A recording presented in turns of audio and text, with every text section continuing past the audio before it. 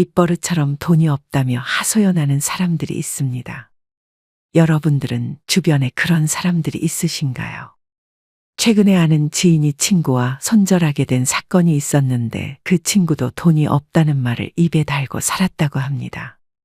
그래서 만날 때마다 식사를 대접하곤 했는데 식사 이후에 카페에 가서도 멀찍이 떨어져서 서 있었다고 하더군요.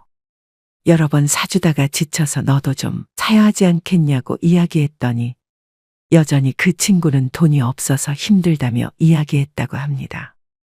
만날 때마다 밥을 사주었던 지인은 친구에게 밥 한 번 사라고 했다가 죄인이 된 것만 같은 기분이 들었다고 하죠. 시간이 지나서 그 친구의 이야기를 듣게 되었는데 38평짜리 아파트를 대출도 하지 않은 채 구입했다고 합니다. 지인은 그 사건 이후로 그 친구와 두 번 다시 만나지 않는다고 하더군요. 여러분들은 이 이야기를 들으면서 어떤 생각이 들으셨나요? 친구가 어려우면 밥 사는 게 그렇게 어렵냐며 이야기하는 분도 있으실 거라 생각합니다. 물론 내가 여유가 되면 친구한테 밥을 사주는 것이 큰 돈도 아니기에 어려운 것은 아닐지도 모르죠. 그러나 사람이라면 받은 게 있을 때 돌려줘야 하는 것이 맞습니다. 그게 사람 간의 예의일 뿐만 아니라 기본적인 도리인 것이죠. 돈이 없다며 계속 얻어먹기만 하는 사람들은 가난한 게 아니라 인색한 경우가 더 많습니다.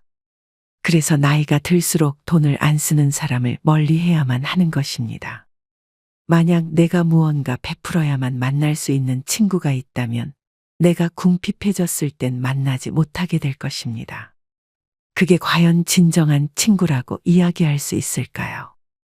이것 이외에도 우리는 살아가면서 반드시 멀리해야만 하는 사람들이 있기 마련입니다. 그래서 오늘은 반드시 멀리해야 하는 사람들의 특징에 대해서 이야기해 보려고 합니다. 오늘 이야기를 끝까지 들으시게 된다면 주변에 좋은 사람만 남겨둘 수 있을 거라 생각합니다. 지금부터 말씀드리는 4가지 말투를 사용하는 사람이 주변에 있다면 반드시 멀리하시길 바랍니다. 첫 번째로 나는 원래 이런 사람이야 라는 말을 하는 사람입니다. 항상 나는 원래 이렇다며 이야기하는 사람이 있습니다. 이런 사람들은 절대로 자신이 잘못된 행동을 하더라도 원래 이런 사람이라며 바꾸려고 하지 않죠. 최근에 아는 지인의 아들이 직장을 다니다 이직을 하게 되었는데 적성에도 맞고 회사가 너무 자기와 잘 맞는다며 이야기했었다고 합니다. 그런데도 불구하고 상사 한 명 때문에 이직을 하게 된 것이었죠. 그 상사는 언제나 사람을 비하하는 말투를 사용했다고 합니다. 예를 들어 땡땡 씨는 왜 그렇게 살이 잘 찌는 거야? 얼굴이 무슨 보름달처럼 생겼네? 너는 살 좀 빼야겠다. 이런 이야기들을 서스럼없이 했다고 합니다. 그래서 참다 못한 직장 동료가 비하하는 말투에 대해 지적했는데 자신은 원래 솔직한 사람이라며 원래 이런 사람이니까 이해하라고 이야기했다더군요. 절대 변하지 않을 사람이라고 생각하여 자기가 피할 수밖에 없었다고 합니다. 여러분들은 원래 이런 사람이라는 말에 대해 어떻게 생각하시나요? 그런 사람들은 어떻게든 자기 포장을 하곤 하지만 사회에서는 그런 사람들을 보고 고집불통이라고 이야기합니다. 내가 원래 이런 사람이야 라는 말을 하는 사람들은 본인의 단점을 알고 있으면서도 개선의 노력을 안 하는 사람들인 것이죠.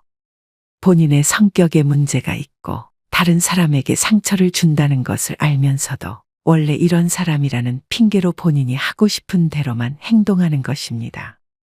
만약 여러분들의 주변에 원래 이런 사람이라며 행동하는 사람이 있다면 반드시 멀리하세요. 나에게는 도움이 되지도 않는 사람일 뿐만 아니라 오히려 내 감정을 깎아먹는 사람이 될 것입니다. 두 번째로 나이도 비슷한데 나보다 오래 살아본 것처럼 말하는 사람들입니다. 같은 나이인데도 불구하고 나보다 더 오래 살아온 것만 같은 사람들이 있습니다.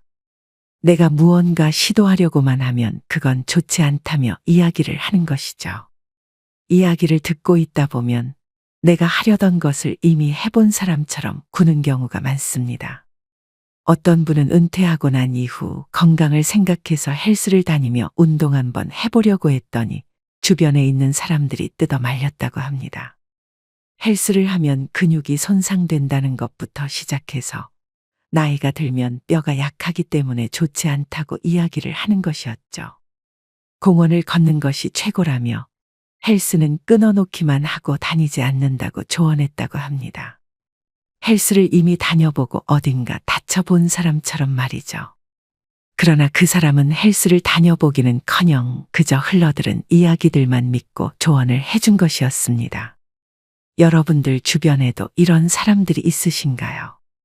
만약 나와 비슷한 나이임에도 불구하고 세상 모든 것들을 통달한 것처럼 이야기하는 사람이 있다면 관계를 다시 한번 생각해 보시는 것이 좋습니다.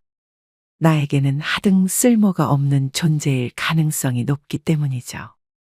그런 사람들의 결말은 언제나 하지 말라는 이야기로 귀결되는 경우가 많습니다. 나에게 진짜 도움이 되는 사람들은 해보지도 않은 것으로 충고나 조언을 하지 않습니다. 그러니 만약 제대로 무언가 해보지도 않은 사람이 나보다 더 많이 산 것처럼 조언하는 경우가 있다면 그 사람을 반드시 조심하시는 것이 좋을 것입니다.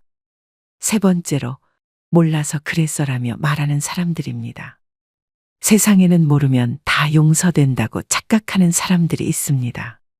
나도 그렇게 될 줄은 몰랐어.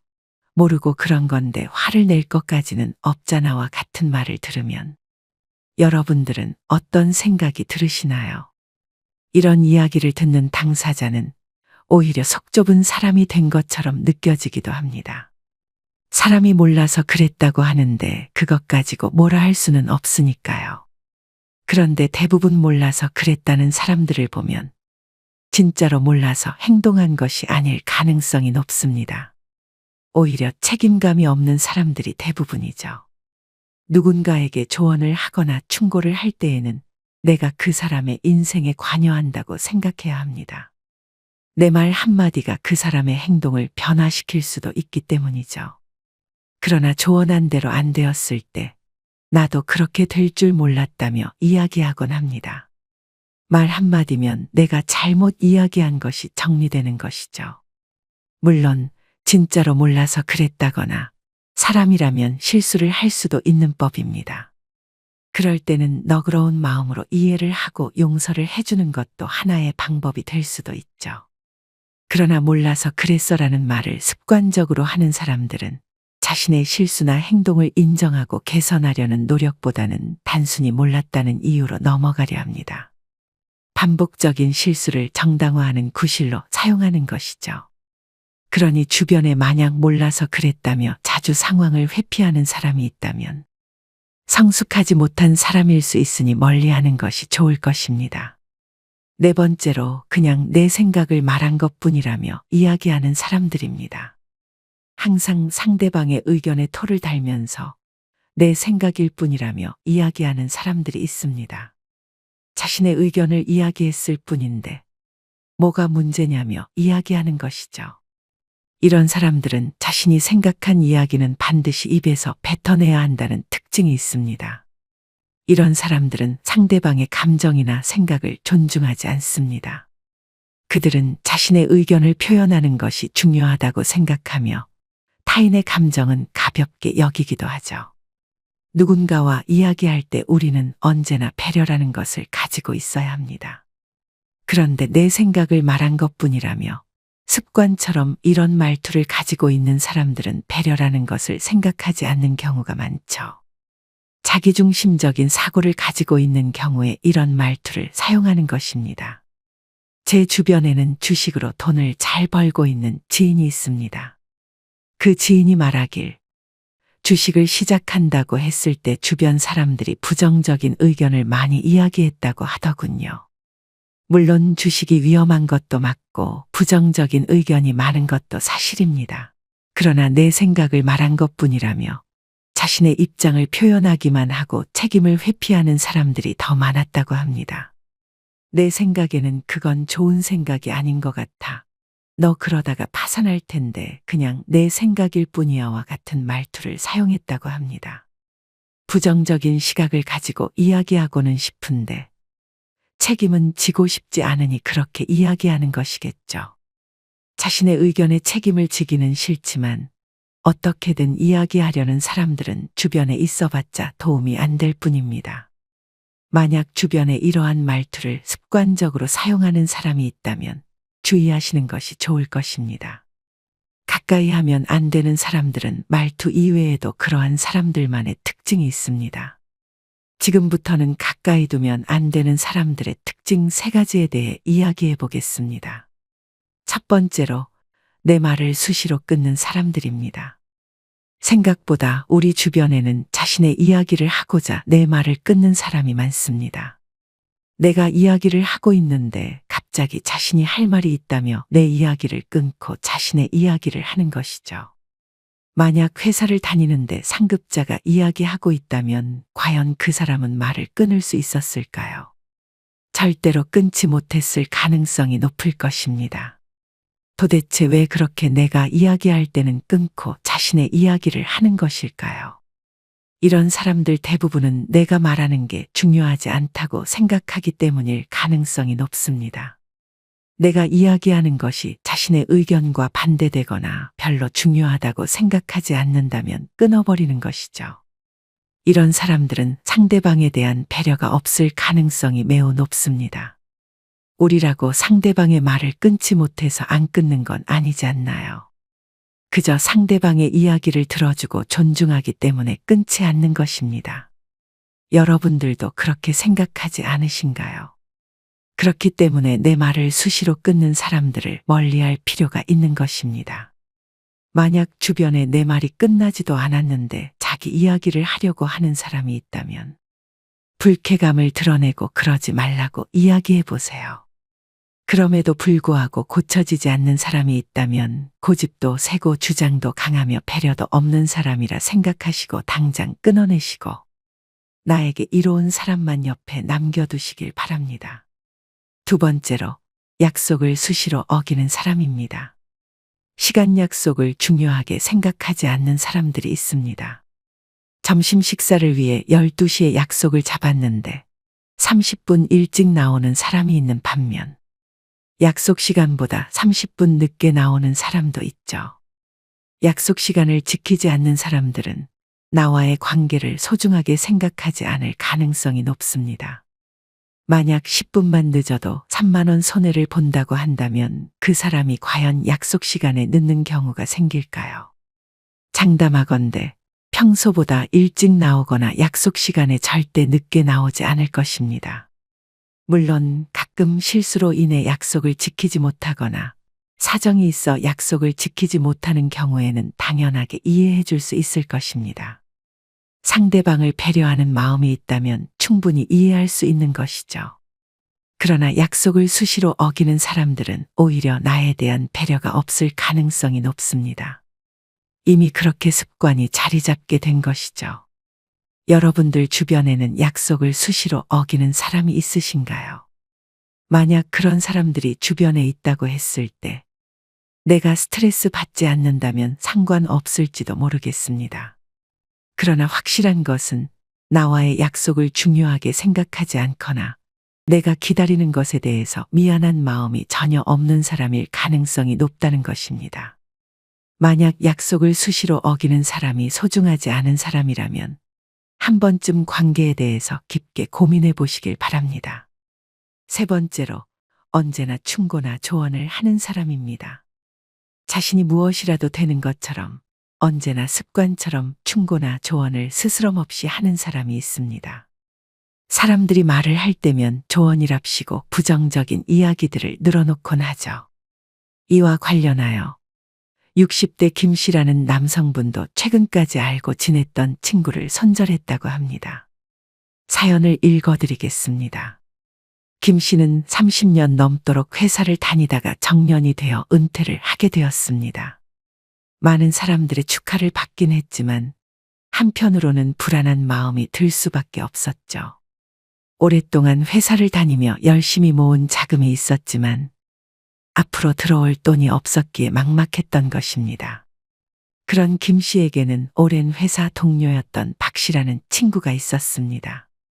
2년 정도 선배이긴 했지만 같은 날에 은퇴를 하게 된 사람이었고 회사에서도 인정받은 사람이었죠. 김 씨는 그런 박 씨가 은퇴를 한 이후에 어떻게 살아가나 문득 궁금해졌습니다. 궁금했던 김 씨는 박 씨에게 곧장 전화를 걸어 어떻게 살고 있나 물어봤죠. 어차피 한 번 살다가는 인생 끙끙 앓아봤자 뭐 하겠어? 그냥 지금을 즐기고 있지 뭐.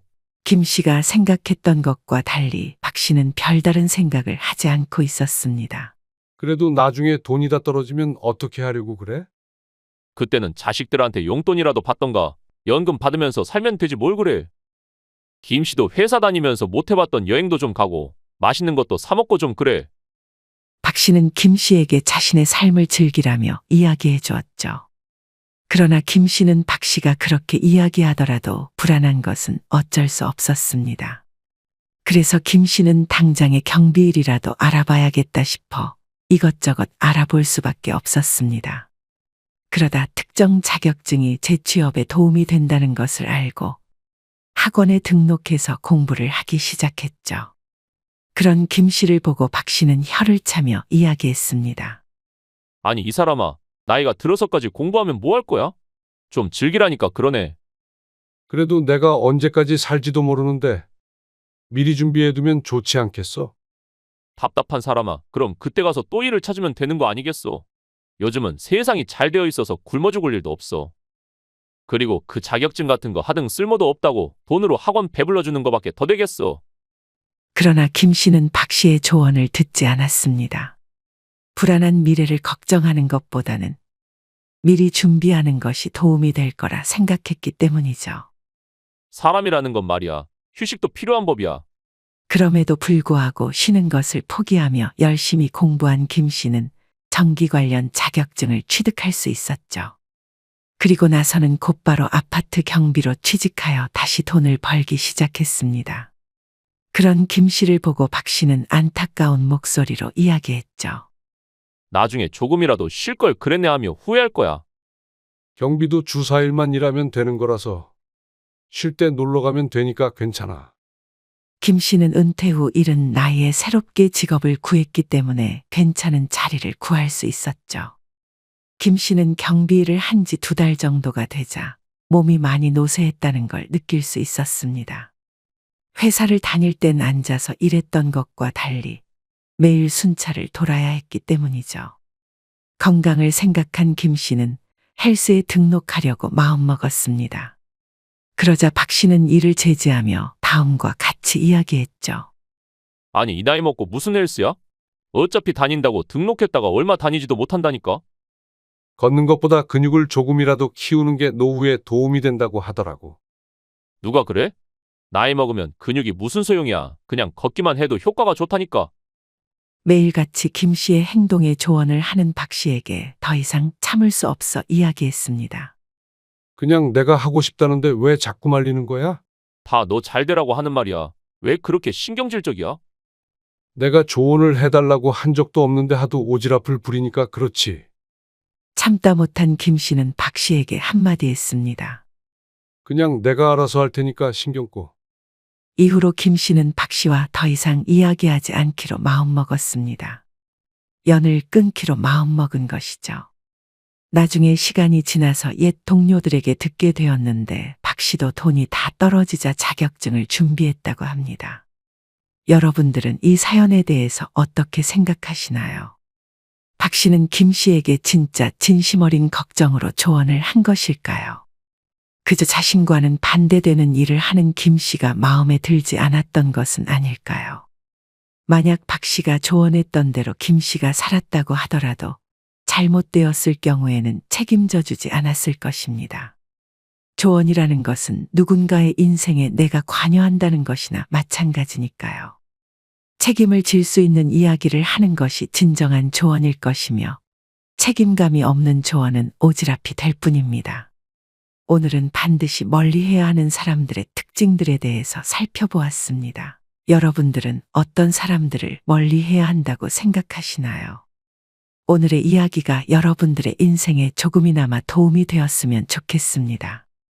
앞으로도 유익한 내용을 가지고 찾아뵙겠습니다. 지금까지 오랜 시간 시청해 주셔서 감사합니다. 인생의 소리꽃이었습니다. 행복하세요.